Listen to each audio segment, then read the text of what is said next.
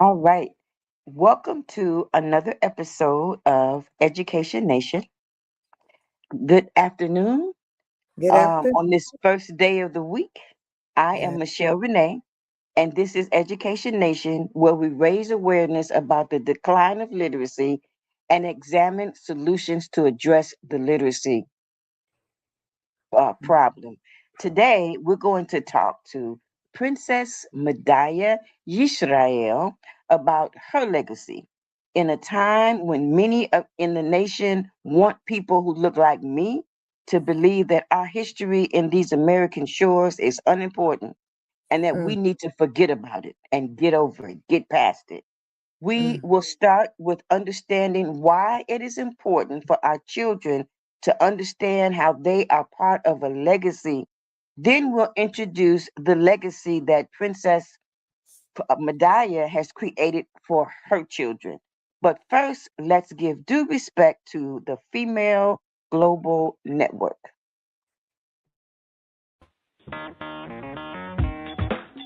Women have the power to transform this world. We can end crime and violence if we all agree to do one thing: share. Let's share our wisdom, share our time, share our talents, share our finances, but most of all, let's share our love. This is the Female Solution. Peace and love. I'm Michelle Renee, host of Education Nation, live on the Female Solution Global Network every second and fourth Sunday from 12 p.m. to 1 p.m. The intention of Education Nation is to raise awareness about the literacy crisis and to offer information to combat the problem. The goal is to awaken an army of reading coaches and mentors. You will experience guests who are doing their part in the community to ensure youth in their circles are reading and thinking critically. I look forward to serving you in this capacity. Literacy is freedom, and Education Nation will offer information and strategies to help ensure our young people stay free. mhm. Okay, Princess Medaya, good afternoon. How are you? I'm so glad to have you on this podcast. Good afternoon. I am well and grateful and thankful for the opportunity to share and to be in such a great presence as such as yours, Laquena Michelle. And thank you for the invitation. Okay, so um, I'm going to read your bio. Okay. Or would you prefer you just tell us something about yourself and what you do? I guess you can read it and then I can just expound on it throughout the Okay, questions and things. okay, fantastic. So our guest today is Princess uh, uh, Medaya Yisrael. She is an experienced educator, youth leader, and co-founder of Goshen Hebrew Academy at Temple Kifarim, where she has served in a multitude of leadership roles, including administration, assistant principal, and principal. With over a decade of professional experience in both education and healthcare, she brings a unique blend of structure, compassion, and hands on leadership to every environment she serves.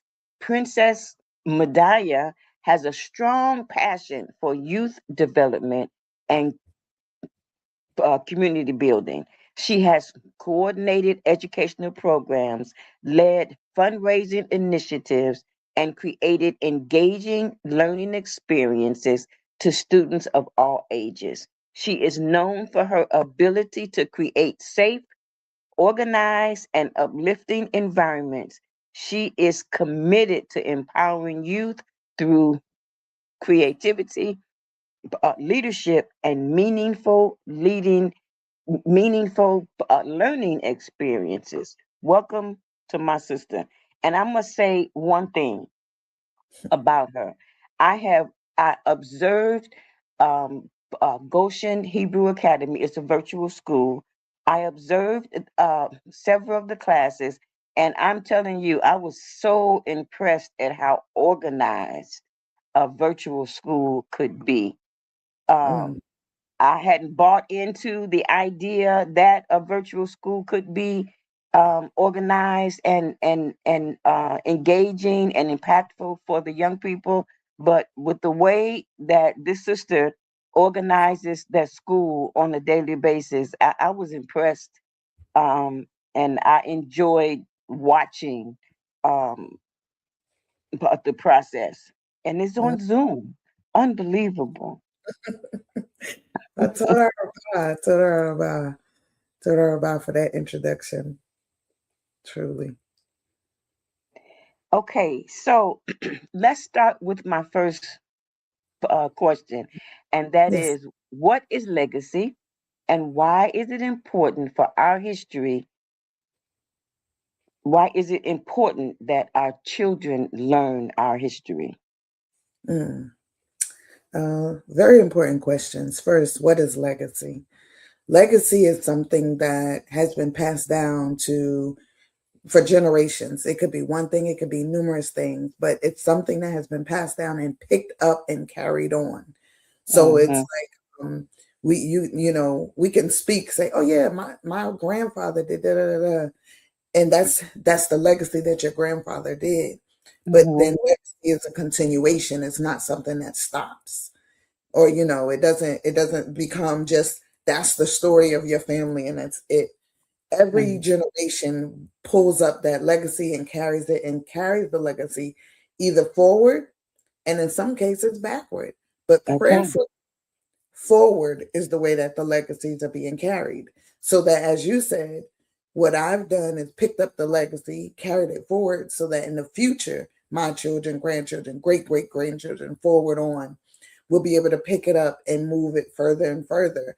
You know, all being creators will, and mm-hmm. that they feel it. But also Yeah, legacy is also carried differently. Legacy can be given to you in one package, and then you can take that legacy and reform it to make it even better and brighter, in different ways. So legacy doesn't have to follow the same pattern. It can enhance the legacy, as I said before, and I pray that that's what I'm doing with the legacy that's been handed to me.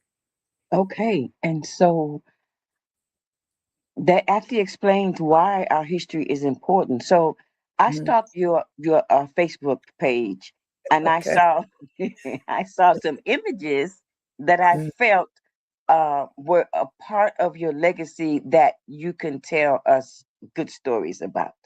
So Okay. I am going to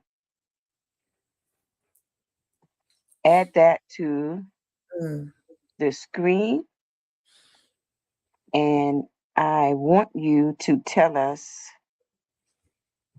Wait, hold Mm. on a second. I want you to tell us stories about. Okay, here we go. I love these images. These images, when I saw them, they touched my heart. And they touched my heart because I was a teenager in the 70s, and these images reminded me of that time. Hmm. So if you can tell us about these two images. Absolutely. Now, as I'm sitting here, I'm trying to control my emotions Okay. about these images. So the first image you see is my mother holding me as a baby. It's the only picture that I have of my mother holding me as an infant. But Oh, this picture was used to represent a time when my mother was being taken back to prison jail in New York after she had my youngest sister. And they used the mm, picture of me and my mother because they didn't have a picture of my baby sister and my mother. My wow. baby sister was 3 weeks old, and they came back to arrest my mother and place my mother in jail. And she was in prison, jail, however you want to say it, for 9 months of my baby sister's life. In the beginning of her life, she was also Wow. pregnant with my baby sister, um, in the picture next to it. Wow. That Okay. picture, as you see, it's two little girls. I'm the little girl with the braids and the finger in the mouth. I had a nail biting fetish. I think it was just a nervous thing that Yeah. happened during these times. Mm-hmm. And then the other little girl is my little sister, Ayana. She is a year and I think 9 months younger than me. Uh, Mm. but in the belly, and you can see my mom's belly, Yeah. it's quite protruded out there. That's my Right. baby, Dr. Mhm. Asante Wasani Ali. And this picture was captured when we were being extradited back to the United States from Belize, where my parents were on the run from being falsely accused of different things going on at the time, namely the Brinks robbery of an armored truck in Nyack, New York. And so we were extradited and we were being transferred to New York, but they had to stop in Miami. And this is one of the pictures that was snapped. If you could see, there is a young man like right on the side of my mom. That's my oldest brother, Chaka Zulu. And he tells the story that whenever they would start snapping pictures, he would turn and walk Mm. away Mm. as part of his form of being uh, disciplined and Yeah. not allowing them to, just And capture what they defiance. and defiance. And Yeah. absolutely. But so this picture represents a lot, both pictures. And wow. Um, some of the things I remember as a child, but it definitely represents one thing I always like to point out is the resilience of my mother. Um, in this picture, I don't see no fear. I've never seen fear in my mother. She Mm. still looks regal and elegant, like, this is who she is. And that's one thing that I've always revered in her, was her tenacity to show strength in the hardest of times. These were some very hard times in our life during this time. So Yeah. many things happened, and so many people were being assassinated, arrested, tortured, Yeah. um, and so many other different movement children were being, taken from their parents or murdered. And so, yeah, these pictures are very sentimental, but also informational. And so, yeah, I cherish these pictures. That picture with us, that's actually a newspaper article, and then the other Oh, one is a flyer. Um, okay. yeah, so And so I'm assuming that these pictures, yeah, that your parents were part of a movement. oh What yes. movement? So in this particular time, both my parents were in the Black Panther Party, the Black Liberation Army, and the Republic of New Africa. Okay. And so what they were being attacked on was basically their participation within the Black Panther Party at this time, and the false allegations that were being placed upon them. And we had run or went to exile in Belize with my father. Our father was there almost a year before we arrived, and then our mother went, and then we were then brought there to our parents. Okay. It's interesting because we read a lot about the Black Panther Party and we see a lot of movies, but Hmm. nobody ever talks about the children, Hmm. about the babies who were born during that time of Right, members of the Black Panther Party. right, yeah, Nobody ever talks about that. And actually, I chose these pictures because they actually reminded me of that time. mm, wow, yeah, And we never see the children. We never hear from the children of that hmm, time. And I like the name. I saw a couple of images on your Facebook page that said "Seeds of Revolution," Right. I'm like, oh boy, let's focus on that. Seeds of the Yeah. of revolution, meaning the children. Right. Meaning the children. Yeah, And it comes from also when Tupac said they tried to bury us, but they didn't know we were seeds. And yeah, seeds grow in all type of different type of weather, yeah. soil, wherever. Seeds are gonna grow. Mhm. And that was the beauty of how we grew up, was that our parents taught us that we were going to prosper no matter what the government tried to do to us. Um, And so we were seeds. And okay. in the midst of all of that, we all grew, like Pac Wow. says, those that grew from concrete. Yeah. All things are metaphors of our life, Mhm. of the things that we went through, of how when you think about concrete, when you pour concrete, you're trying to eliminate something. One, you're Right. building a foundation, right? Mhm. When Mhm. you pour it over areas, you're trying to make that area no longer produce. If Mhm. you have grass, but Mhm. if you really if you study it, there's certain things that will push through that concrete, certain Right. seeds. And that's what our parents taught us about tenacity, about like Mhm. we can get through anything and we can grow through anything. And we did, and we have, and we Mhm. continue.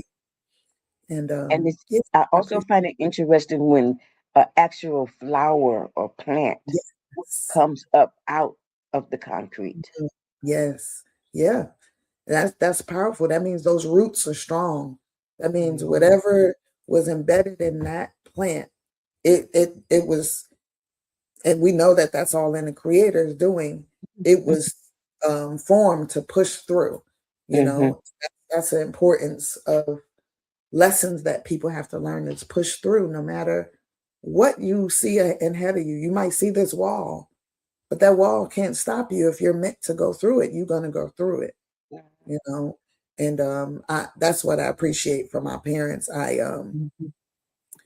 What you said earlier was like, yeah, the people don't hear from the children. Nobody. Yeah. And I Yeah. will say part of it is because as children, when we were younger, we were told not to talk about it. Not Mm. about it because they were ashamed, but Mhm. because so many things going on in the world that our parents were, it was a order of protection. Right. Okay. It was it wasn't necessarily even about secrecy, because now Mhm. people are like, oh, I didn't know that why Mhm. you didn't tell me that when you, and I was like, well, it wasn't time. I couldn't talk Right. about it, and there's still Mhm. things I will never talk about. Yeah. However, you Yeah. know, um, now we are able to talk about certain things. Now we are able to, and part of the ability to talk about it is because the world is asking more questions. Mm. Okay. And the world wants to know because they're putting out information that's false. Mhm. So we Yes. have to talk about it, Yes. defend the Right. legacies of our parents, you And it's know?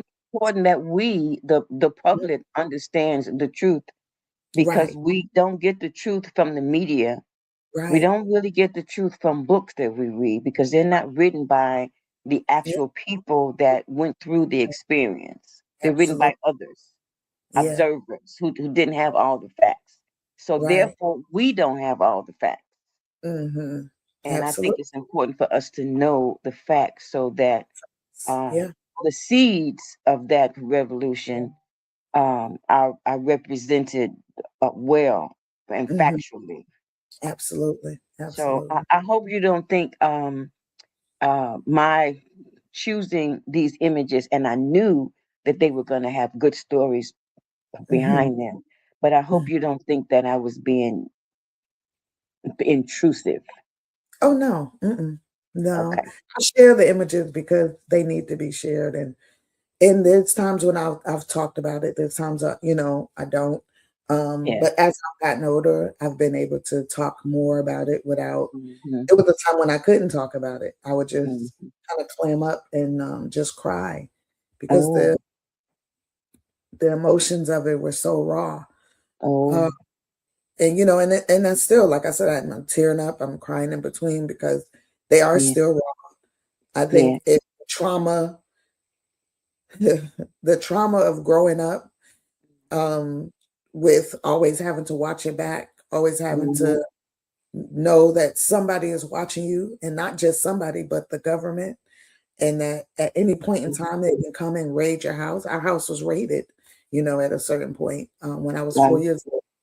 And so, and my mother was shackled from hands to feet, and all the children from 9 months to 13-year-olds were arrested and taken to jail. Um, Wow. all of us who were too little for handcuffs, they zip tied our hands. So Wow. it was traumatic. So a lot of it is it is Wow. healing to be able to talk about it. And it is also, it brings up a lot of emotions that as children you don't know what to do with it. Yeah. And I could say, like, we were happy children. My parents never made us, we were never sitting in a space sad. My brother talks Mm-hmm. about, like, we want to run. Us little ones would be playing games, and doing things that's normal children, Mm-hmm. because one thing they wanted us to feel like, not that we were normal, but not that we were abnormal. Mm-hmm. Um, and so, I never want people to feel like, oh, those children were traumatized and they Mm-hmm. didn't have a childhood. We had a great childhood, but our childhood was just a little different than everybody else, Right. like, Yeah. challenging. Yeah. Inside our house, my father was a comedian. We had so much fun and laughter and love. Like, that was never something that we went without, you know. We only didn't have it when my parents were in prison or in jail. But even then, being able to visit with them, so it's so many different facets to it, but it was traumatic, and for a lot of us, um, yeah, it's still hard to talk about, and not cry or not just, clam up. Yeah. It's hard to listen to and not cry because Mhm, it's certain parts of your story about those two images.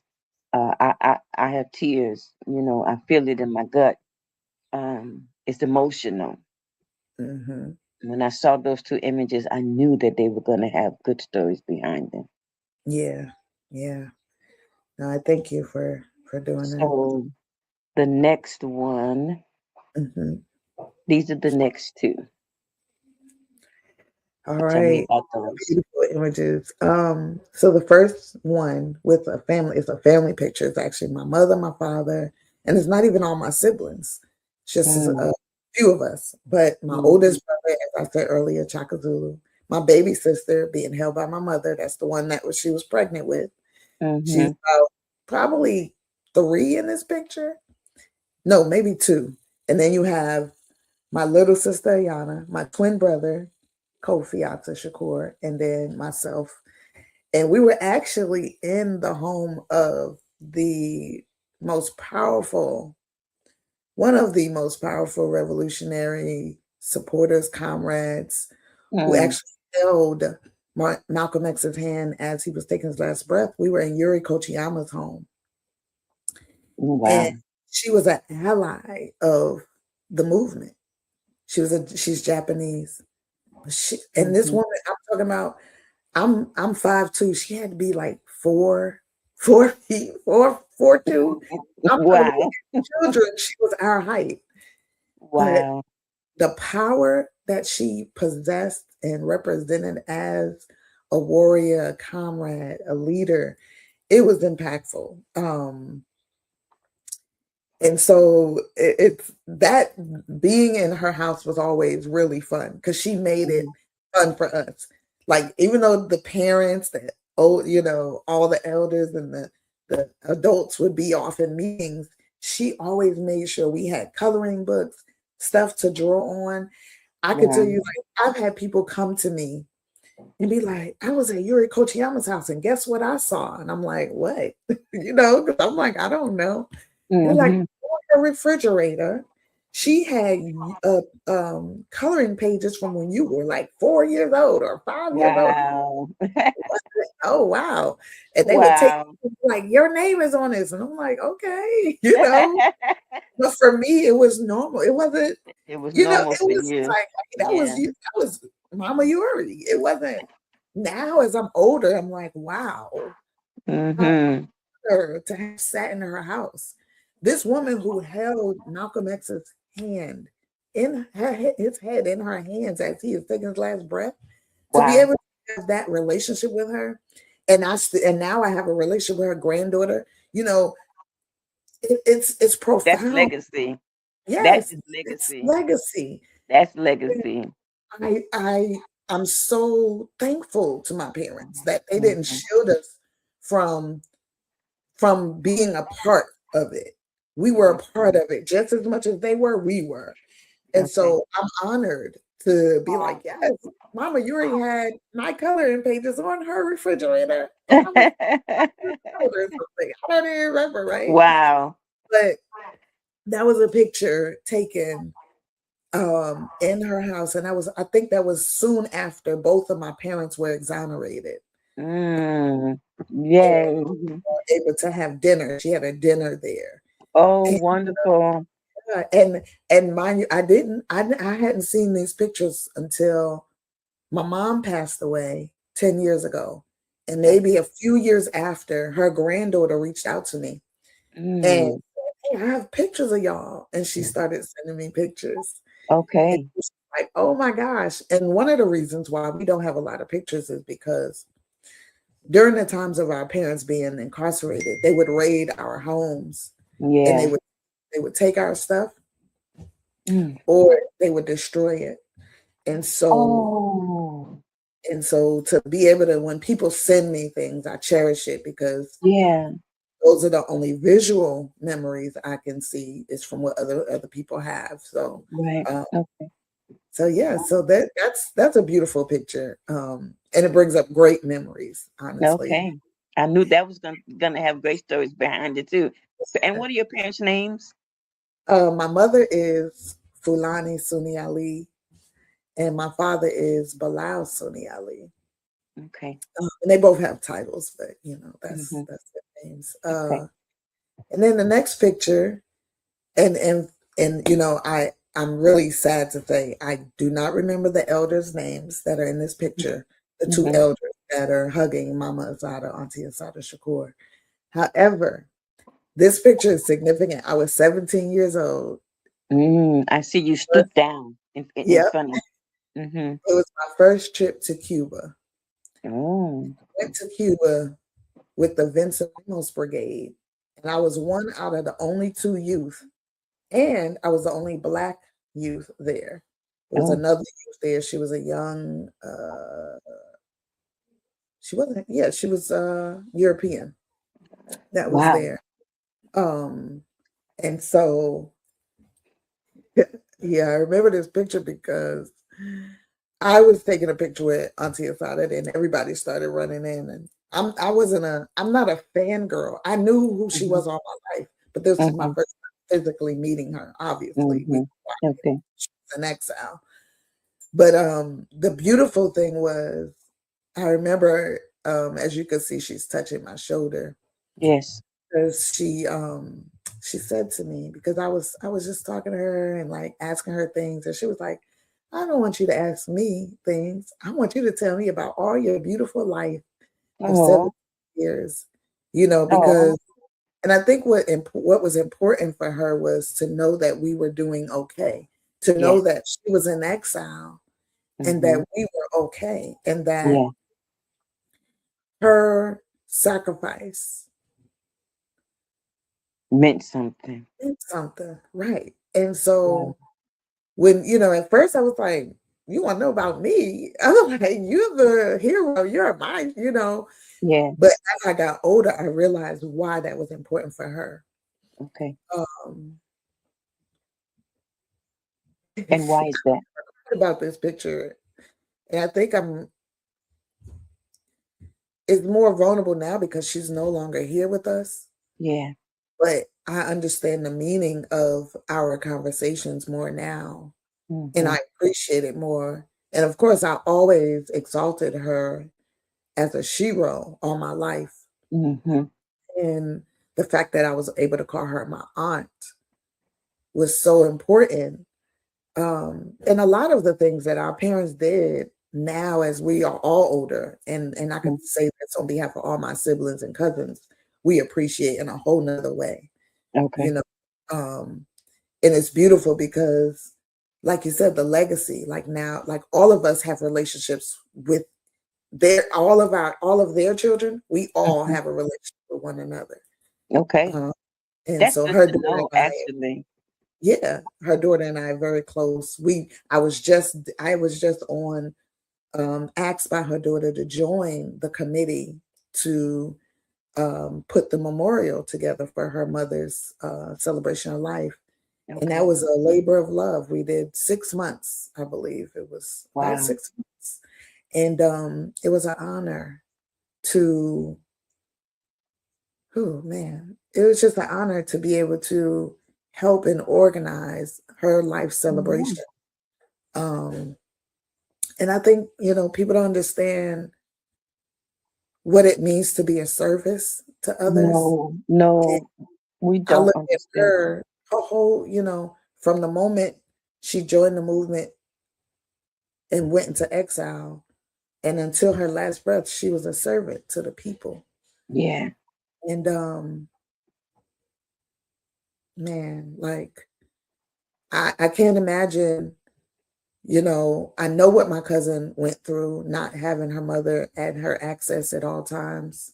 Yeah. I know what she went through living there with her mom for a while, but then having to come back and then having to have no access. I can't imagine it, but Yeah. I know that what I do know is that Auntie Asada loved her daughter, loved her grandchildren, and she was able to hug them at different times. And the legacy that she left is being carried on by her daughter and her grandchildren and her Oh, son-in-law. And that's important. And her sister is still present in this world, and to see them, it's a weird space because it's like we've all been through this traumatic life together, but to watch each other persevere through it is mhm. is amazing and humbling. And so this picture just represents so much for me, to have her essence. And I wanted to say one thing. My youngest daughter, none of my children ever met Auntie Asada. Of course, by the time they were born, she was deeper in exile, Yeah. right? So, but my youngest daughter is 17. And I bring this up because spirit is powerful. The creator is man. There's Yeah. no question of his immaculacy, right? Mhm. Mhm. My youngest daughter texted me one day and said, "Mom, Ima, I wrote this about Auntie Asada. Read it." And what she said in it was so powerful. And I remember I said, "Oh, I'm gonna send it to Kukuya. That's my cousin. I'm gonna send Mhm. that's the I said, I'm gonna send it to my cousin. I sent it to her, right? Mhm. And she said, "Oh my God, I'm gonna cherish this forever. This is so meaningful, especially on this day." Mm. And Wow. what happened? So we texted, and she said, and I can say it now, of course, but she Mhm. said, "You don't know it, but today my mom passed away." Oh, And I said, I didn't have any words. I just cried. And wow. I said, "How?" And of course I know how, but you still ask, how did my daughter, she's in Mhm. high school, writing they The said, spirit. write a topic, just write something that you just want to, Mm. and she had no idea that, Wow. right. So when I had to call my daughter back, because she said, "Oh, my teacher was like, well, how do you know her?" And she was like, "Oh, because when she wrote her, she mentioned her grandmother and her grandparents and stuff." Yeah. Yeah. And she was like, "Well, is she still alive?" And my daughter was like, "Yeah." She was like, "Well, how you know?" She said, "Because I would know if she wasn't." Not knowing Oh, she had passed that day. So wow. when I called my daughter back, and she was like, "What?" And I just said, "That is all the creator Ooh, I moving just have together." chills. Yes, because Mm. how would my daughter at 17, It's the spirit you of know, God. how it be in the creator It's exactly. the spirit of the Most High. And it was just fulfilling because me and my cousin talked about how it was just another stamp of our connection. Yeah. We're connected no matter what, Yeah. And I was just like, she never even met her, but the profoundness of what she had to say Wow. And on that day, on that whew, day, mm, September 25th. okay, I wasn't expecting that story to come out of that image. Oh my God. Yeah. Like, you know, and that's why I honestly, I really, when I think about my life, I'm always humbled Yeah. because it's people be like, oh, it's like a movie when I'm talking to you, and I'm like, I don't think Ooh-wee. I just think about it like Oh, I'm yeah. honored. Oh my The God. creator saw fit to, I don't Mm, know, like he, mm. so yeah, these two pictures are very profound. Hmm, part of I my life. wasn't expecting that either. Oh my. Oh, jeez. I hate to go to the next slide, but okay. But, So I thought these two images were very mm, powerful, mostly because it includes brothers. mm, Tell me about the brothers. What's their story? Whew. mhm. Take your time.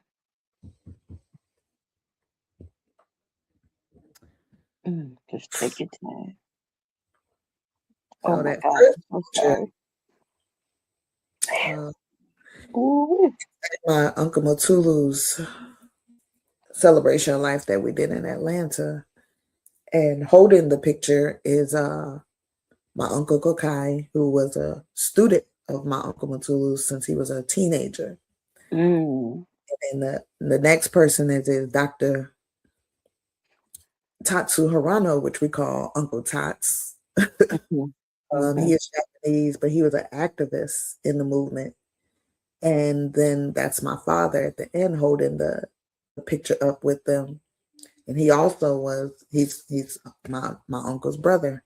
Mm. Um,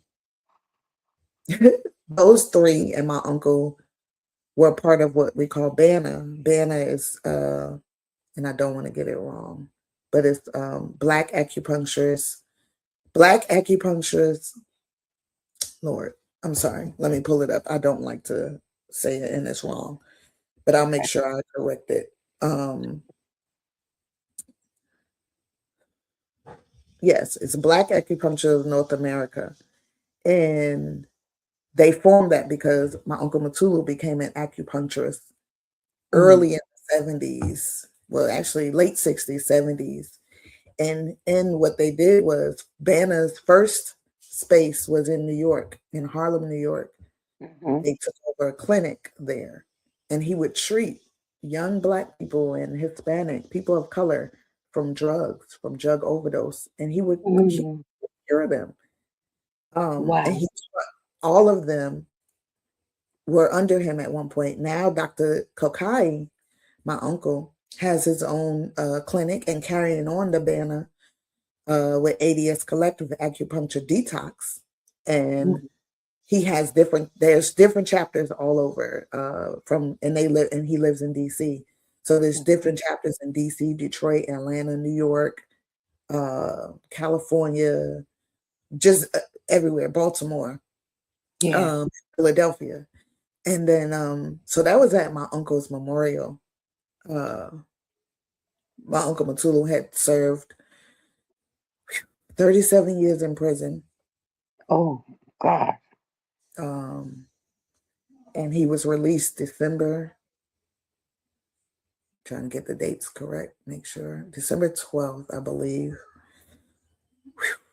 2000, 2002.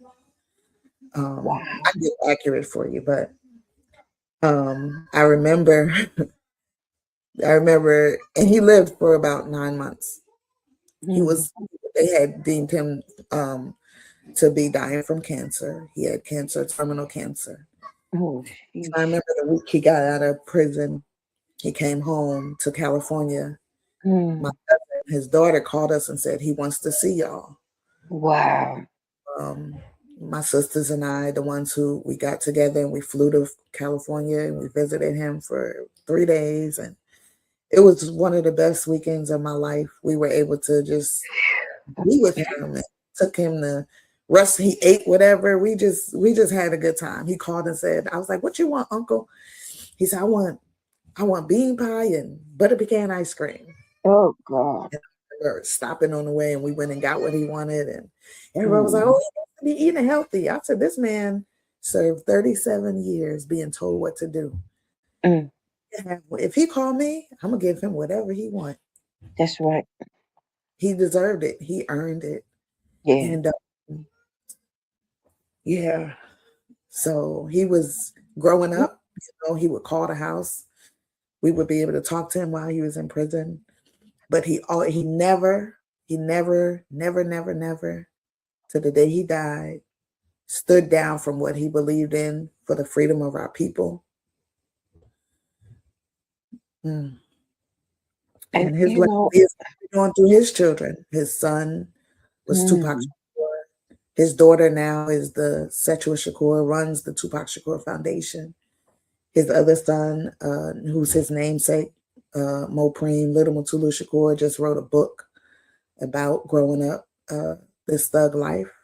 His other son, Talib Shakur, is writing he's doing a documentary. Oh, I'm so glad that they're writing. Yeah, he didn't grow up knowing who his father was. He didn't know who his father was. He was in his late 30s. And so he's writing a documentary or filming a documentary on how I became a Shakur. And so the legacies are being carried on, That's awesome. through all the different works. And he was one of, he would call me when especially after he got out, we talked all the time. He'd be like, "Sister." And that's how he talked to everybody, "Sister." And like, I loved your mama. Oh. I loved her fried fish. Next time you come up here, fry me some fish like your mama. Okay. I got you. I wasn't able to do it, but just the memory and knowing that's wow.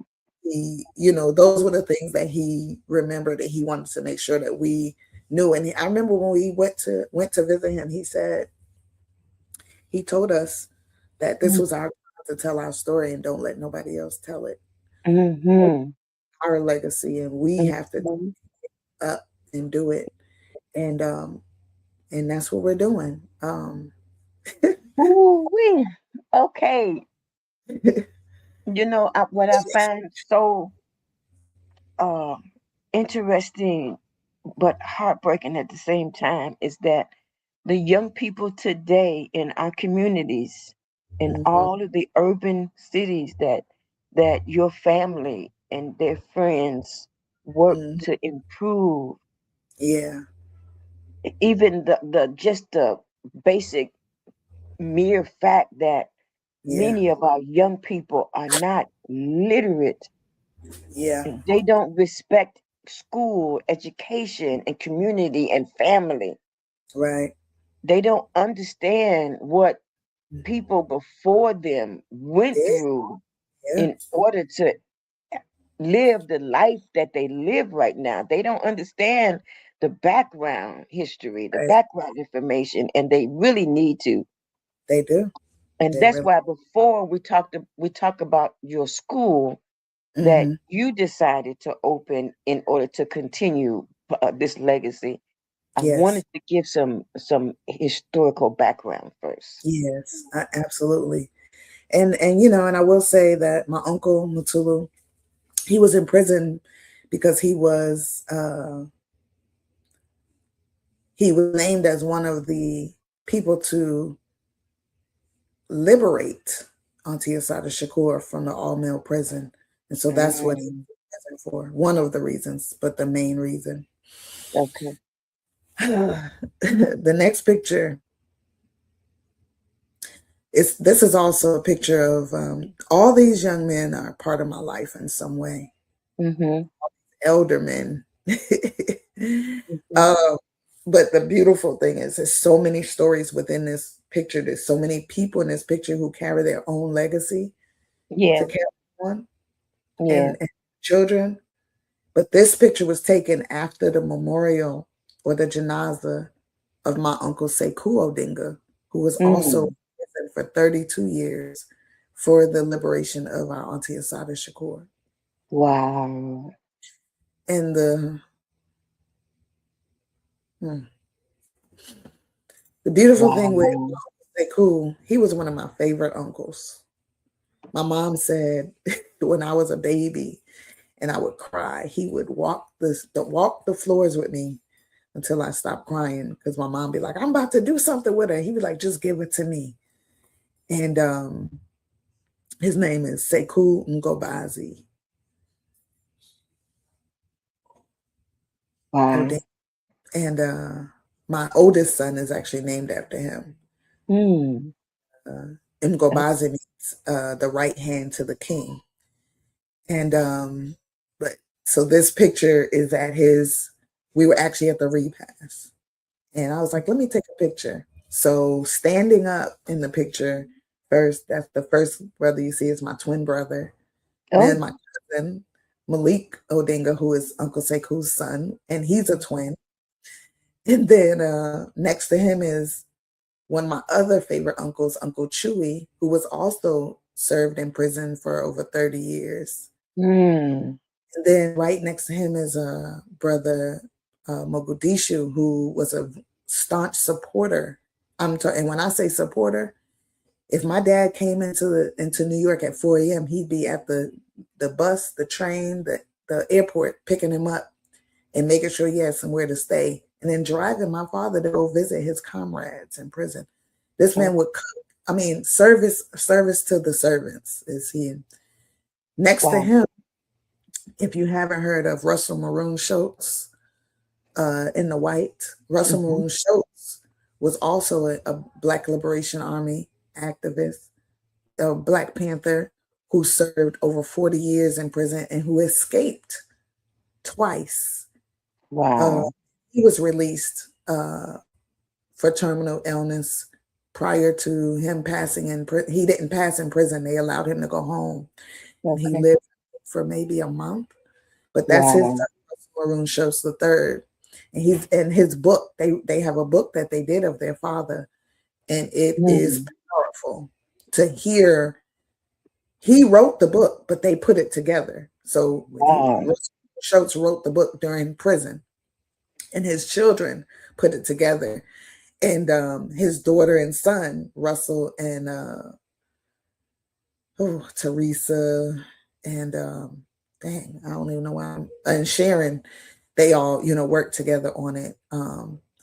And then next to him is my Uncle Kokai, who I said before. Now I don't know the other brother standing, but then you have my father sitting in white, my Uncle Sekou's other son, Dada G, and then on the end sitting is another amazing freedom fighter who served in prison for almost 50 years. He was the third person who was in prison for the liberation of Assata Shakur.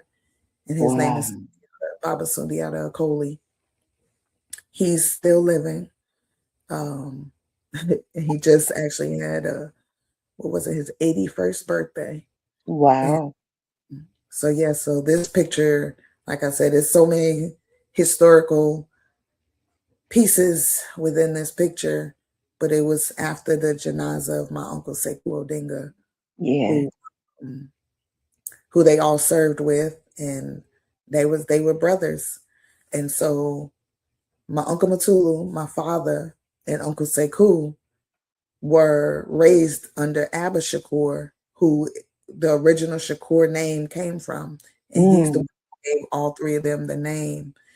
My father and my Uncle Sekou decided to carry the name Sunni Ali and Odinga based off of what they decided, but they still had Shakur within their different names. Like my middle name is Shakur and my twin brother's name is Shakur. But that's how the Shakur family was formed, with Abba Shakur and his wife, Mariama Shakur, and they had two sons and a daughter. And their two sons we called Uncle Zaid Malik Shakur, who was killed on a turnpike with Auntie Assata Shakur. And then his other son, Lumumba Shakur, was assassinated in New Orleans. And yeah, that's a lot. Wow. But he basically, we all grew up together. Our parents grew up together from the ages between 12 and 15, and then they raised all of us together as cousins and siblings, and those was our aunts and uncles. Okay. So yeah. Ooh, okay. Enough with the emotions. Yeah.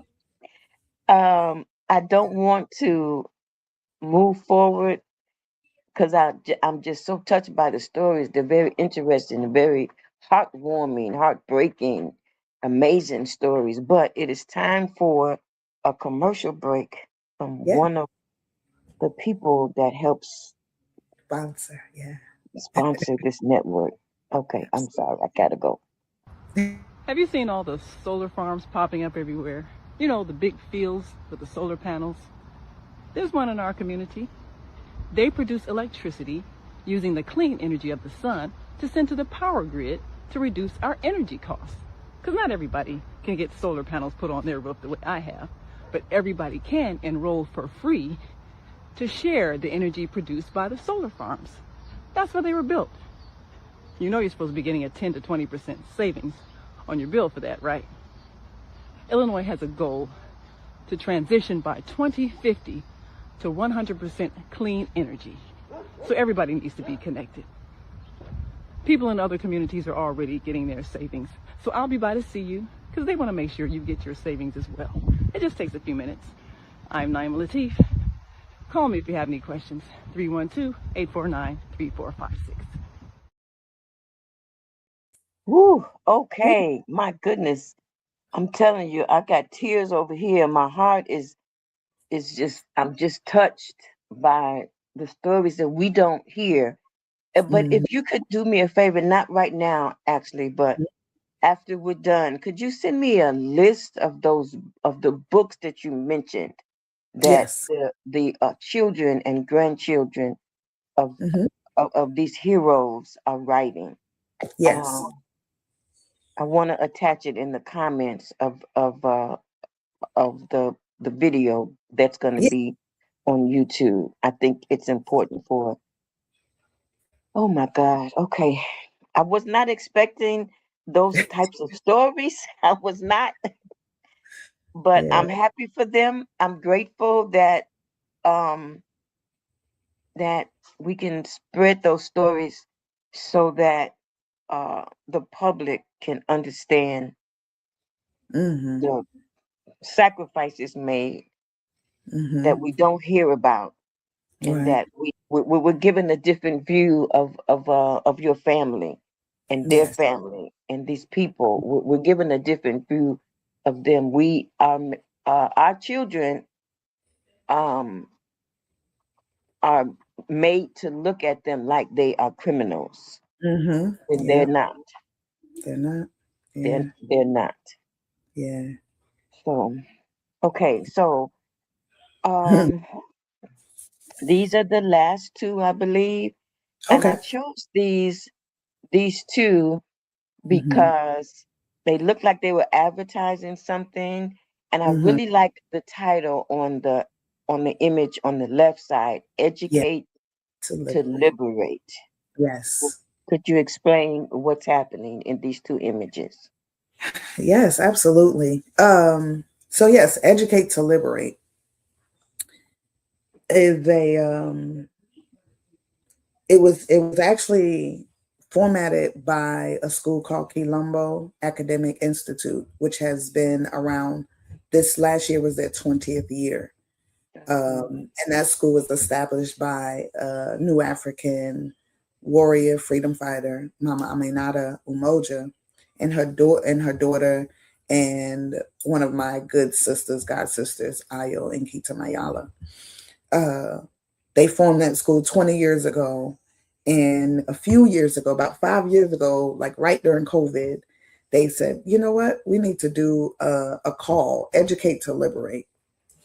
So Educate to Liberate, and just to kind of sum it up, it's now a collaboration of another school called Tamu Sana Kanyama Academy, Preparatory Academy, which is run by my cousin. Her parents were also in the movement. Her parents are Tamu and Hekima Kanyama. And then now we add our school, Goshen Hebrew Academy at Temple Kifarim. And now we have these 3 schools. And the significance of Educate to Liberate and all of us coming together is because we all grew up together. Not my mommy, Nada, but her daughter, my cousin, and our parents were all in the movement together. And now us as the daughters of these movement warrior builders are now coming together and doing Educate to Liberate. So Educate to Liberate basically is it's a play on so many different words. We all have a school. Our schools are education to liberate, not just to liberate you from what the schools are teaching you in the public school system, but to liberate you spiritually, financially, emotionally, physically, you know. And when we say to liberate, we always want to say we're liberating, not taking something, but liberating means uplifting. We're giving you more. We're giving you the ability to breathe, to be free. And when we say those words, that's what we're breathing out. We're saying educate to liberate yourself from all things that are causing you to feel restrained or enslaved or, behind. Liberate yourself. When I Mama Asada was liberated, because people like to say she escaped. No, she was liberated. She was freed from the chain. So to liberate yourself is to free yourself. So that's the gist of Educate to Liberate. The flyer on the side saying building a liberation school.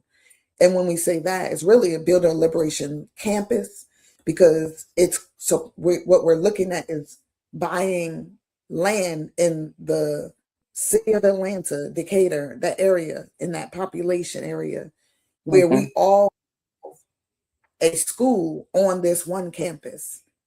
Like I have my school on my land campus, but then we'll have a satellite school on the Liberation campus. We'll also have like the Black man's lab there, the Black woman's lab, which are all tools for us to engage, institute, invite, and liberate our children, our youth, and teach them and give them financial literacy, help them with reading, tutoring, math, all the skills that they need. So the Liberation Campus is not just for our schools, it's for other Black independent formations that are about freedom for our people, first and foremost. And so we are building that Liberation Campus to provide that space for all to be able to come. And the children may want to go to all 3 schools, and take a class at all the schools. However, they have that ability. And we work together to make sure that they have that ability. So that's where that. Okay, I love it. Wow. Thank you. Okay. These are the next images. The picture on the right, where myself, my twin brother, my father, and one of my older sisters were holding the sign, the Black Panther Party way. Significance is amazing, because in Harlem, they renamed the street where the first Black Panther Party headquarters was, which my father is the founding member of what they call the notorious Harlem and Bronx Black Panther Party chapters. Wow. So it was an honor to take my father there and see him with his comrades, because there's other pictures with all the ones that are still living, not all of them, but the ones that were able to make it.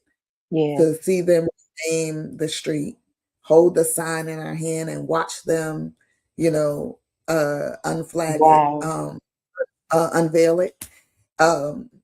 It was beautiful just to be there with that, and to meet other Cubs that I haven't met, and to be reunited with Cubs that I haven't seen. It was a lot of Cubs there that, I grew up with, and some that I haven't met, but it was just an honor to, meet them and the veterans. But this was about a couple of years ago. It was actually about probably a year and a half before my father passed. So this was one of the last kind of trips that we took with him. And it was an honor. It was beautiful to be there. My children were there, my siblings. So it was beautiful. It's so amazing that he could have such a great experience at the end of his life, given what you have shared about the beginnings of his adulthood. Yeah. My father was an amazing being. I could say so much about my father as a father alone, let alone everything else he did. But he was he was part of they called him the spirit of the Midnight Band. He was actually, he played the saxophone, flute, and harmonica in the band with Gil Scott-Heron in the Midnight Band. And they called him the spirit of the band. But my father, as tall as he is, he was a very, they used to call him the quiet warrior. Wow. The gentle giant. But when he was ready, though, he was forced, but he was a phenomenal father, husband. He took care of my mother to her last breath. And he was a great example of how to be a husband, how to be faithful to who you are as a man, a father. Like, I had the pleasure. Really, it was an honor and a pleasure, and it was heartbreaking all at the same time. But I was able to take care of my father until his last breath. That is an honor. I can't. It's never going to be enough I can say about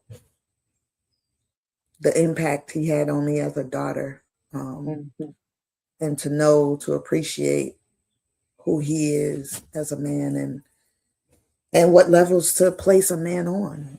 He taught me that. Yeah. So I'm grateful. I'm grateful my sisters and I had that. I'm grateful my brothers had it. And I'm grateful his grandchildren were able to experience it. And his great-grandchildren, because he had a couple of them that he was able to meet. Okay. Yeah. The next picture, I love this picture. It's two of my sisters, not even all of us. It's about 21 of us siblings in this blended family that we have. 21. Yeah. So this is, and these are just two, right? But to the right of me is my youngest, my baby sister. That was the baby that was in my mother's stomach in that newspaper clipping. Okay. And to the left of me is my oldest sister. She's the oldest of us all, and the sisters, Aisha. Her and I are 10 years and 11 days apart. She just turned 59. And yeah, she's a phenomenal being. She does so much in the community, working, everything. Legacy. And so what you see here is we have a podcast. It's called Seedz of Revolution, Daughters of the Whirlwind. And so our podcast is on all platforms. But what we do is we talk about how we grew up. We don't talk about everything because we are working on a documentary. We're working on books. We're working on Shakur legacy documentary with our Shakur side of our family. So we have a lot of things that we're doing. But if you check us out, though, there's interviews with Mutulu Shakur's children, with Fred Hampton's son, Fred Hampton Jr., Chairman Fred Hampton Jr., who we call our cousin, who we all know the story of his father. and how his father was assassinated at the age of 21, and how Yeah. Fred Jr. and his mother survived, Yeah. an ambush. It wasn't just a simple assassin. They ambushed them, but Yeah. they survived. And his story is phenomenal. And he's carrying on his legacy. And so we interview what we call our Cub cousins, our revolutionary cousins, our blood, each other, our children, and we talk about how we grew up so that the world can know that we are still here, that they tried to bury us, but they didn't know we were thieves, and we grew. Wow. And yeah, we even have a one where we call growing up. So we have one like growing up Shakur, growing up Hampton, growing up Maroon, where it talks to Russell Maroon Schultz's children, and growing up Sunni Ali, where some of our children, some of my children and my brother's children, are on there reflecting about growing up as grandchildren. Wow. Okay.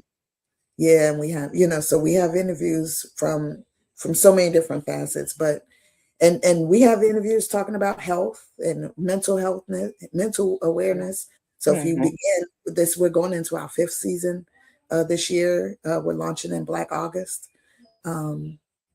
Yeah, so if you're desiring to know more, you can tune in to the podcast for sure.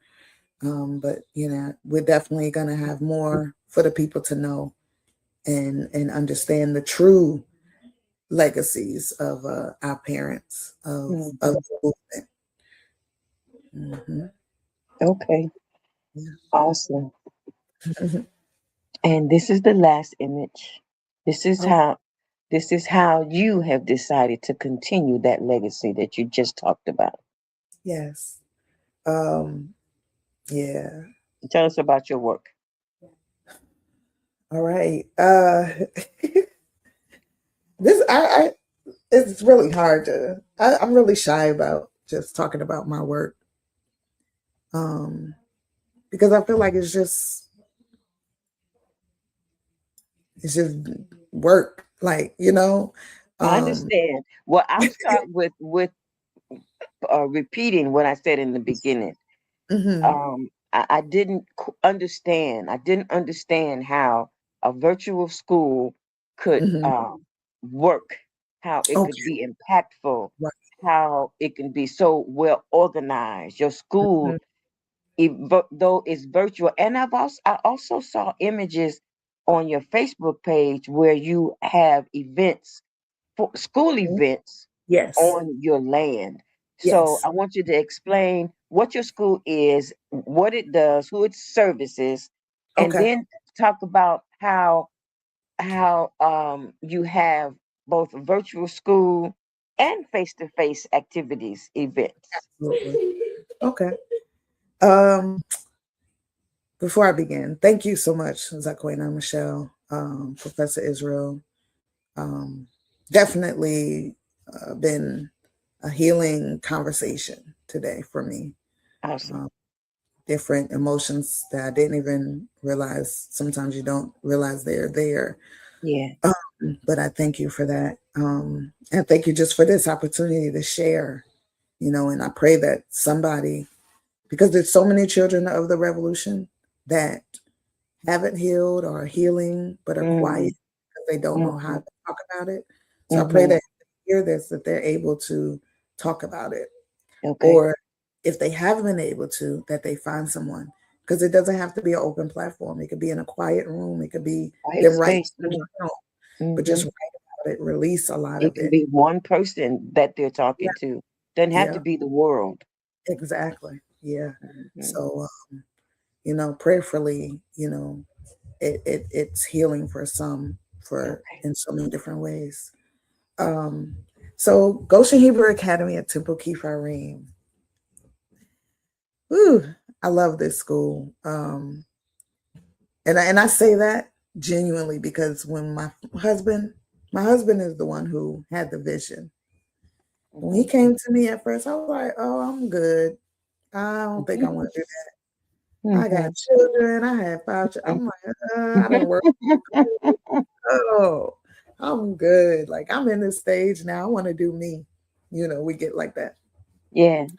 However, the creator said, you're going to go do that school and you're going to get it done and you're going to fulfill your husband's vision because that's part of your duty as a wife, is to take what they have and to bring it to fruition as much as possible.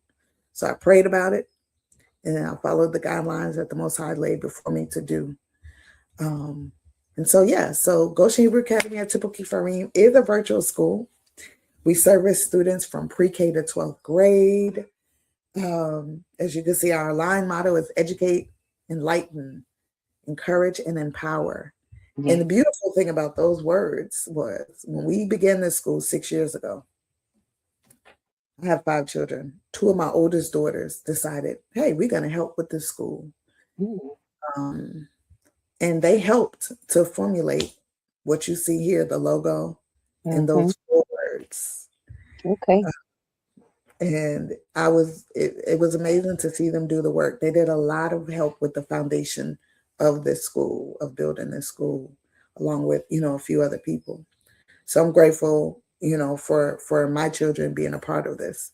Okay. But yeah, so we're a virtual school. So as Aquina said, and believe me, at first I was like, oh gosh, a virtual school? Woo, I don't know how we're going to do it. Because you got to think about it. In regular class, you have like, you're telling children to sit down, be quiet, pay attention. It already has its issues. Like, yeah. What in the world? How are we going to do it? But that's, you got to go in and you pray and you ask the Creator for guidance. And especially during a time where we now know, on the back end of the introduction of technology in the classrooms, we now know that too much screen time is not good for the young people, especially the younger ones whose brains are still developing. But you're making it work. Absolutely. So what we decided, and it was trial and error, believe me. The first couple of years, I was like, oh yeah, this ain't gonna work, y'all.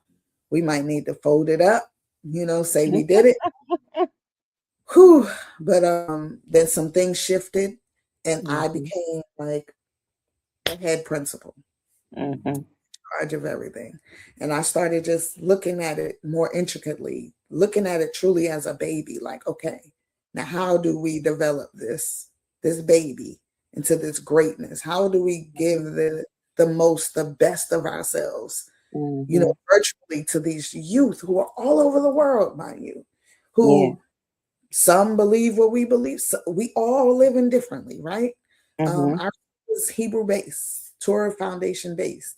However, our students are not all Torah foundation. We have students who believe in Islam, students who believe in the Torah. We have students who believe in the First Testament and the Old Testament. We have students who just believe in the Creator. Yeah.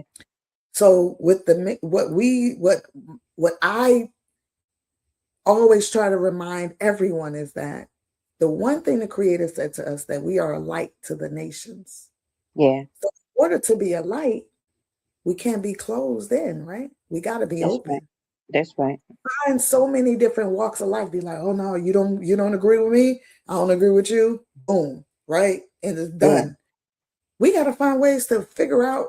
We may not agree. First of all, 2 people that believe the same don't agree on everything. That's true. We can. We should automatically know that if we don't believe the same way, we definitely don't agree on everything. But that does not mean we can't work together. That does not mean we can't find education and empowerment from one another. That does not mean that you could tell me something that I didn't even think. Oh, you know what? That's enlightenment, right? Yeah. And so that's how I started to go into it. Like, no, we're not closing this off just for Torah-based children, because everybody needs education. All of our children need education. Yes. One of our rules is you don't have to take our Torah and culture class if you feel like it's if it's going to impede on your spiritual growth for your child. They don't have to attend that class. But we offer all the core classes: math, ELA, science, social studies, art, music. A lot of the classes that public schools no longer have removed from their curriculum, from all their structure. And so I was like, okay, I want to give the children everything that they cannot get in a public school setting. Because I had music in school growing up. I took auto mechanics. I did all the things, typing. Yeah. So I was like, dang, like how do the children not? They don't even do cursive writing. What?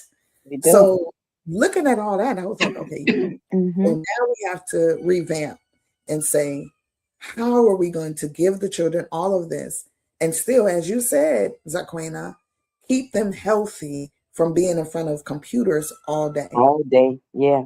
So what we implemented in between were breaks. Can you hold on just a second? Yes, ma'am. Before you get to how you manage the school. Okay. That's my next question, but I want to go to this commercial break and then get right back to that. So hold that thought. Absolutely. Everybody has a story to tell. And as a self-published author, it's time for you to polish your work to increase its value. It's time for you to produce high quality finished work that can go in bookstores, libraries, and schools. It's time for you to build your story better, to authenticate it. The Jeremiah 9 Writer's Experience will help you do just that. Register at michellerenee.com. This video was sponsored by Stevie Robinson and Preacherhead Ministries at preacherhead.org. Okay, so now let's get back to how you manage the school. That's the question.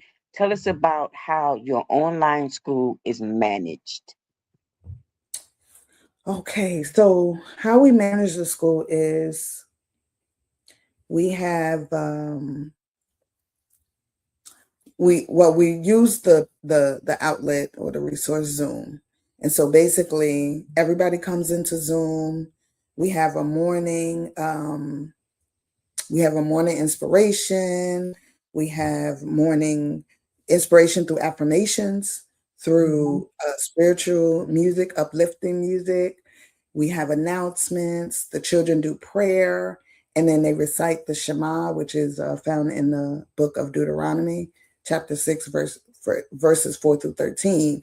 And we do that to reiterate the words that the Most High said for us to do do his law, to be righteous, to be whole, to teach our children, to teach our children diligently.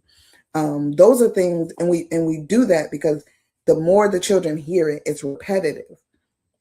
We're not trying to say your children have to be Hebrew, but we do have to teach our children diligently, and whatever we're teaching them, whatever we believe in, whatever your household believes in, it's important that you teach it to them diligently. You speak it to them every day. You and not just speak it to them, but you sit and talk about it. That's important with children, to talk about why they're doing something. A lot of times, and I've done it and I do it. When a child says why, you be like, because I said so. I believe there's a time for that reply. And then there's a time to say, this is why. And I learned that from my parents, because believe me, Zaquena, it was many times growing up when we'd be like, why we gotta be quiet? Why we gotta be this disciplined? And there were times when my parents would be like, because we said so. And then there were times when they would sit us down and break it down of what would be the ramifications if we did not. These are the reasons why. And so reciting the Shema reminds me of that, because it's the Most High's words. It's him saying, this is what I want you to do for your children, right? This is what I want you to do for yourself as a reminder. And then, of course, we break off into our classrooms. All the teachers come in. We say, Boker Tov, which means good day, or good rising. We say that to all the students before they go off to class. We go over our rules of how you have to raise your hand, how you have to, remain on mute. We have a set of rules that we abide by. We have uniforms. And the reason why we reinforce the uniforms is because if we look at if you're in a like you and I are here and we're in a class together, but I'm coming in class flashy every day, at some point you're going to be focused on what I'm aware every day versus Yeah. what you're trying to learn. Mm-hmm. So he said, okay, we have to have a uniform so that the children, when they're looking at each other, they're seeing each other. They're not seeing, oh, look at her shirt today. She got this, ooh, and then they want to talk about that versus now they be like, oh, I like your uniform shirt, and then the Mm-hmm. teachers have to wear the uniform shirt too, because it's about unification, it's about identity, it's about relatability. And when you're in Mm-hmm. a virtual setting, you have to find as many things that they can see that bring them together than apart. Mm-hmm. So that was part of what the uniform protocol came about. Okay. The other thing is, we do breakout rooms. The teachers go to their rooms. They teach the students virtually. They have different programs they work on from, that we supply them. They have built curriculums that we work on. Zaquena Michelle, we thank her and my sister, Dr. Santawa, because they both led our professional development workshops. So our goal is to give our teachers everything they need so that they can in turn give the children, our scholars, our youth, everything they need. Yeah. And it's not easy. We have hiccups all the time. It's learning a curve for everybody, from us as the founders to the Yeah. teachers to the students to the parents. Yeah. When you're doing virtual school, it's like a village. Everybody has to be involved, Yeah. and everybody has to know the importance of being involved, because you could be like, oh, my child got this. And as a parent, whether your child is in virtual school or physical school, you have to be involved. You Mm-hmm. can't depend on your child to be like, go, oh, you have homework? And they be like, no, I ain't got no homework. And you just walk away. Right. It happens whether they're in virtual school or physical school. Right. Our Parent job to go, involvement is yeah. important. And the beautiful thing with virtual school is the parent can be connected directly to the child's school. Like, Mm-hmm. I can add that parent to that child's classroom, and they can see every assignment that the child has to do, what they haven't done. They Mm-hmm. can directly talk to the teachers. We do a lot of communication, daily announcements. If you have a question or concern, you can pick up the phone and call me, text me, Mm-hmm. whatever. I'm here. I'm available all the time. And I know a lot of people are like, you need to take a break, but I take breaks when they're needed. But when it's school Right. time, we have to be available, because Right. everything can happen. Our students, like I said, we have students all over the world. We have some in Belize, Abu Dhabi, Michigan, Indiana, New York, Georgia, uh, Alabama, and we have students with special needs. We Yeah. have, so many different things, we challenges that Yeah. we face. However, we come together as a team. We have team building meetings. We have PTA for our school so that the parents can stay involved, the students can stay involved. Um, this year, we're looking at building out more clubs so that the students can build their bonds together, do more field trips, whether they're virtually. And when you do a virtual field trip, it's not easy, but it's not hard.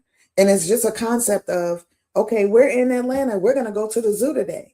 All right, the Oh. children in Ohio are going to the zoo too.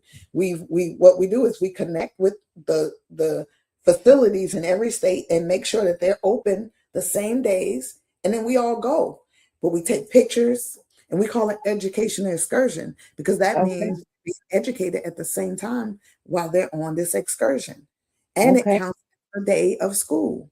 And because we're a faith-based school, we also get to have our spiritual holy days accounted for as educational days of school.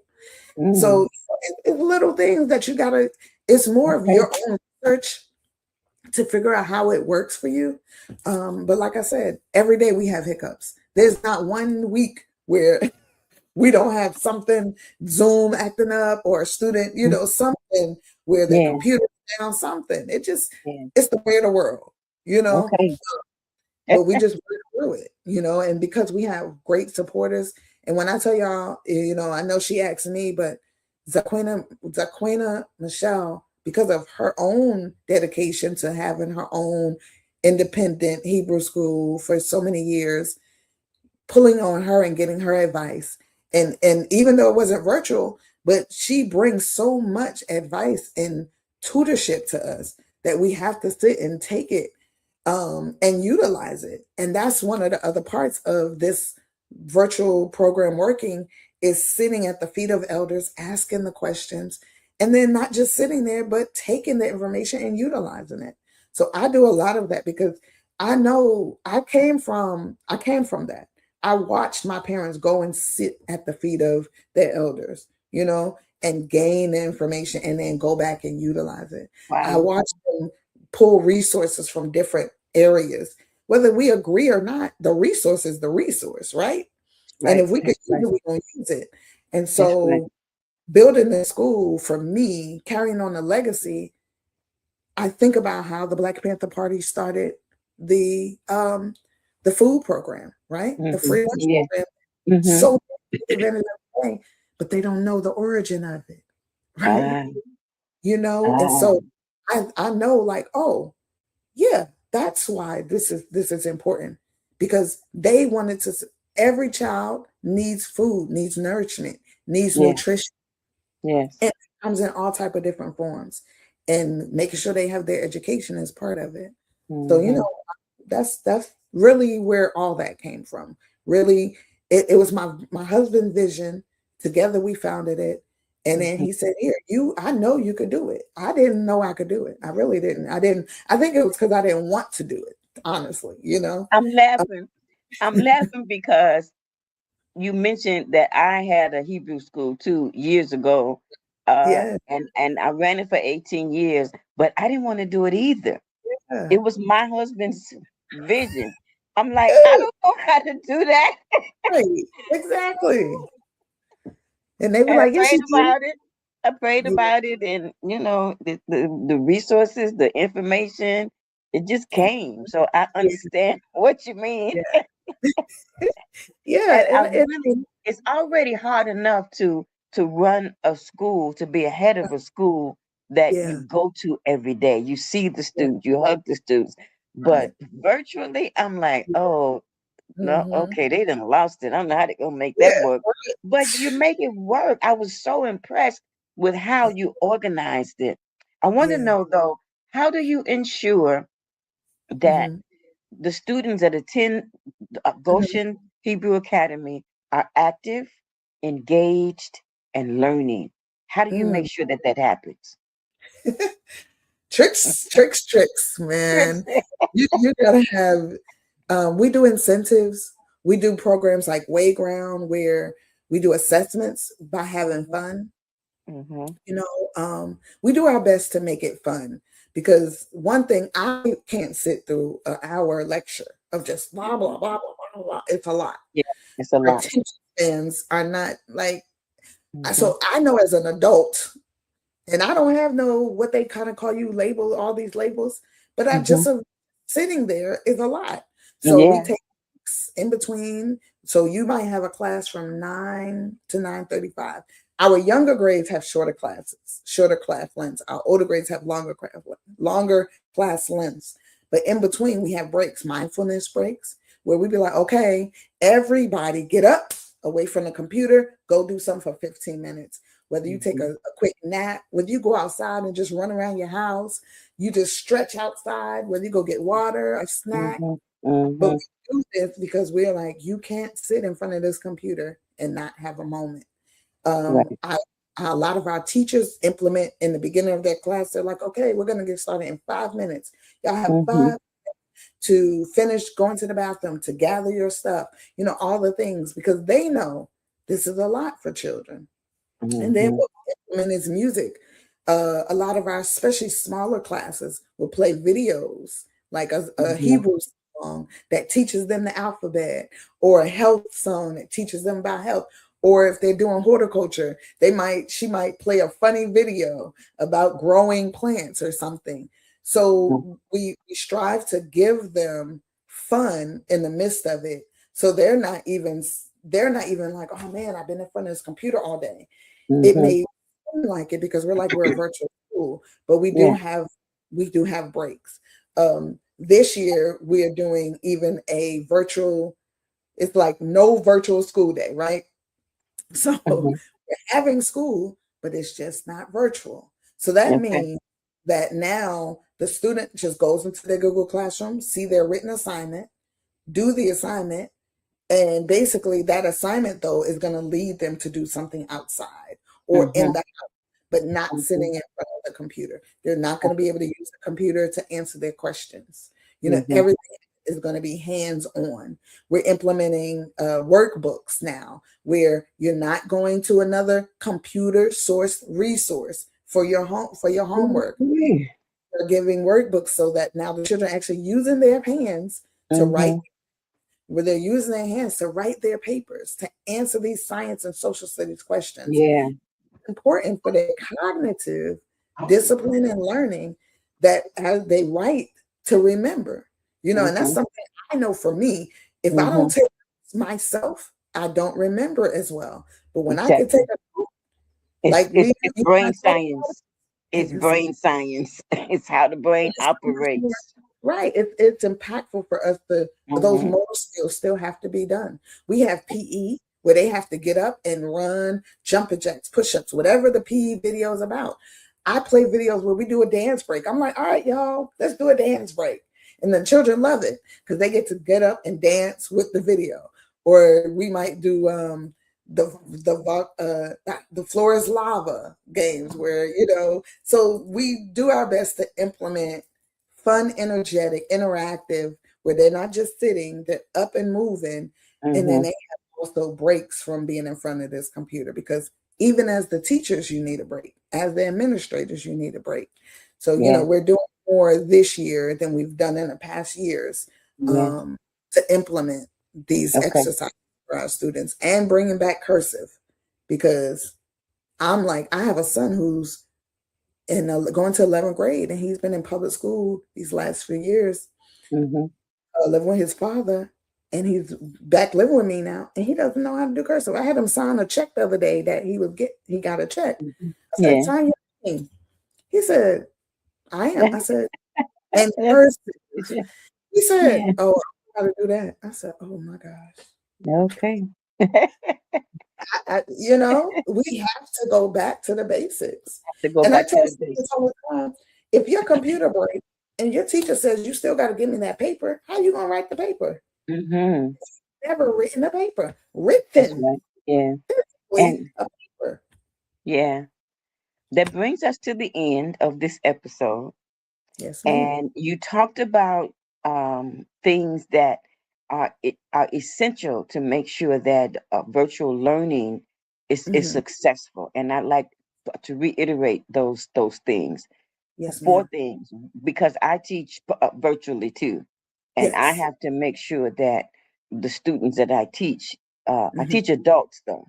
I teach Okay. adults and I teach teachers. One Hmm. thing is when you're teaching virtually, cameras have to be on.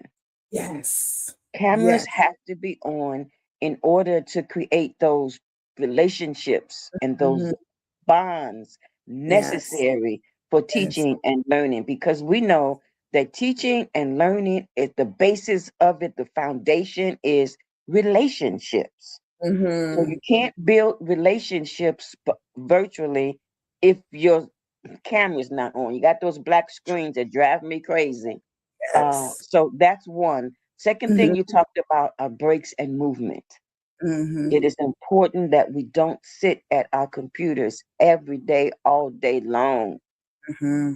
Got to have breaks and movement. And the Yes. children need that in order for them to be able to learn successfully online. The Hmm. third thing you talked about is our notes. Yes. Something happens in the brain where when you take notes with old fashioned pen and paper, Hmm. there are pieces of the brain in the prefrontal cortex that literally light up Yeah. and help us to remember better. And then the Hmm. last thing is the choice of physical books, and you talked about that, incorporating workbooks instead of always choosing ebooks and having work to do online.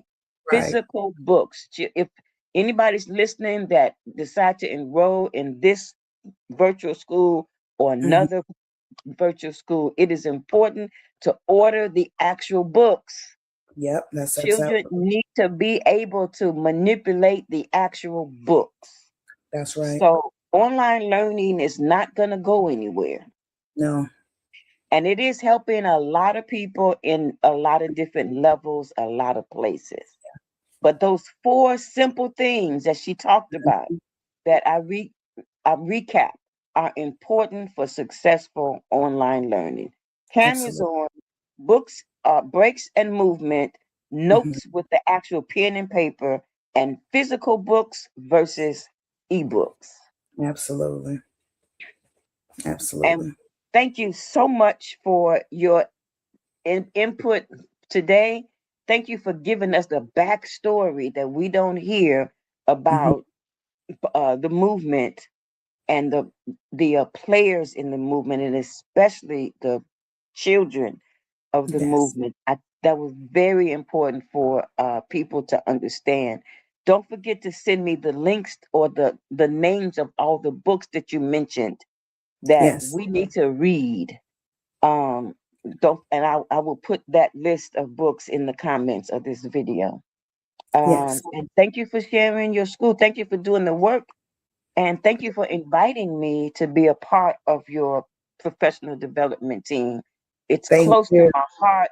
Education of Black children, Mhm. especially cultural children and Hebrew children, is very important to me. Because when Yes. I first started this lifestyle at 19, my question, it was the only thing in the world that made sense to me at that time. And my Mhm. question to the Most High was, what can I do to help? And he Absolutely. gave me the job of Mm. educating our young people and Abs- working with and coaching, teaching those people who educate our young people. mm. So Yeah. thank you And so much. And I'm so happy. I'm so happy to have you share all those fantastic stories. And thank I'm you. happy that our paths have crossed. Absolutely. Yes. Absolutely. Giving thanks to the Creator for all of it, for like you said, our past crossing, for our own stories, because every one of us have a story that is impactful for someone. Yes, Um, I'm thankful for the opportunity, like I said, to teach the children, to teach the youth, because yes, that's a very important job, you yes. know, and to be able to get up every day and smile doing it is super important. We can't go in Mhm. there if we go in there mad and not wanting to, we're not being impactful. The We're children not feel being it, impactful. Yeah, so they we have do. to be mindful. If we're not feeling it, take a break. Ask somebody Yeah. to step in. It's Hmm. okay. That's the other part. We got to let each other know it's okay to not be okay that day or Yeah, one of these days. So, I'm grateful to the Creator. I am, because He's given me that opportunity to be able to do so. And the information is scrolling across for any information you want about the school. You can also, if you have a question you want to ask me, you can send it there as well. I answer those along with my assistant. But yes, I look forward to continuing this conversation with you, Zaquina Michelle, on this platform. This is a beautiful platform. The commercials were very impactful, informative, and I'm proud of us as women, of Black women here in this diaspora, and being a voice and standing up. So, all okay. And right. with that, I want to show before we close out with the Female Solution Global Network, I want to close with the video of your first graduation. And congratulations with that. Thank The you first so much. graduation. Yes. When did that happen before I Uh, show the video? the first graduation was June 14th, 2026. And Yay. it was on our land, It which just happened is a picture last of month. last month. And we do a lot of our school activities on the land.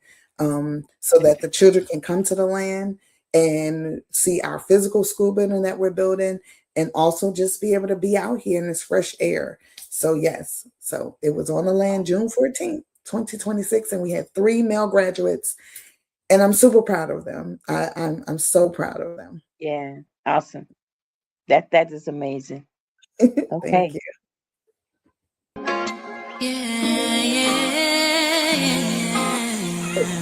You know, and so I'm thankful, that we are able to celebrate them, that we're able to uplift them, that we're able to, lift them up higher than even they probably would ever be able to feel. But because they have all of us here as their village, they can go beyond anything that they've ever thought they could. I see a dream, that dream is green, and I don't mean material things. Come to the land, child, woman, and man, as we take up for what we stand. Better days and better nights, as we stand and unite. We're one and the same. Congratulations Why to is all it the so graduates. hard not to point and to blame? Better sheet, get our houses in order, and we'll see the peace. There are steps that we must take if we want to see. I see my people rising.